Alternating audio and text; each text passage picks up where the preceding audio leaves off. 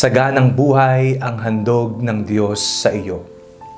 Ako po si Father Fiel Pareha at ito po ang ating segment, ang Daily Devotion, na kung saan tayo po ay magdarasal, magbabasa at magninilay kasama ng salita ng Diyos sa buong taon. Manalangin tayo. Sa ngalan ng Ama, ng Anak at ng Espiritu Santo. Amen. Halina, banal na Espiritu, liwanagan mo ang aming puso at isip, nang maunawaan at may sa buhay namin ang iyong salita. Amen. Our Bible passage for today is from the book of the prophet Isaiah, chapter 25, verses 6 to 10, and I read it for you.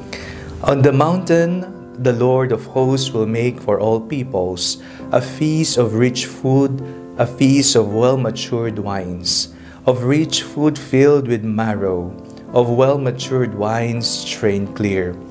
And he will destroy on this mountain the shroud that is cast over all peoples, the sheet that is spread over all nations. He will swallow up death forever.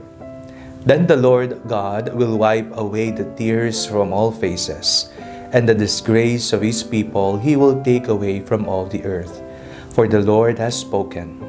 It will be said on that day, Lo, this is our God. We have waited for him, so that he might save us. This is the Lord for whom we have waited. Let us be glad and rejoice in his salvation. For the hand of the Lord will rest on this mountain. Saganang buhay ang hatid ng Diyos sa atin. Ito ang handog niya. Ito ang nais niyang ipagkaloob sa atin. Ngunit ang tanong sa atin, nakahanda ba tayong tanggapin ang mga ito? O ibang mga handog ang ating tinatanggap? Ang handog ng kasamaan, ang handog ng kalaban. Ang akala natin na mga material na kaloob ng mundo na hinahalina tayo ng demonyo ay mga bagay na magdadala sa atin sa kalangitan. Ito yung mga nagbabalat kayong saganang buhay. Sa katotohanan, ang tunay nating kayamanan ay matatagpuan lamang sa Panginoon. Sa ating pong binasa ngayong araw na ito, hango sa aklat ni Propeta Isaías, napakinggan po natin kung papaanong narito ang Panginoon.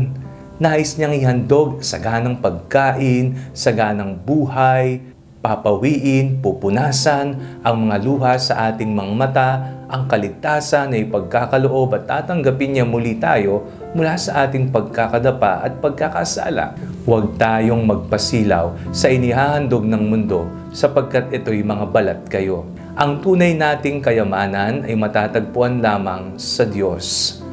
Amen. Manalangin tayo. Panginoong Jesucristo, pagkalooban niyo po kami ng isang pusong marunong kumilatis sa kung ano ang tama sa mali. Amen. Sa ngalan ng Ama, ng Anak, at ng Espiritu Santo. Amen. Huwag po ninyong kalimutang i-like ang video ito, mag-comment po kayo and share it with your family and friends. Ang panalangin bago matulog ay may sariling Facebook page na po. Huwag niyo pong kakalimutang mag-like at mag-follow dito. And do not forget to subscribe to our YouTube channel. I-click nyo lamang po ang link na nasa description ng video nito. O kaya naman po, just search Father Fiel Pareha. God bless you po.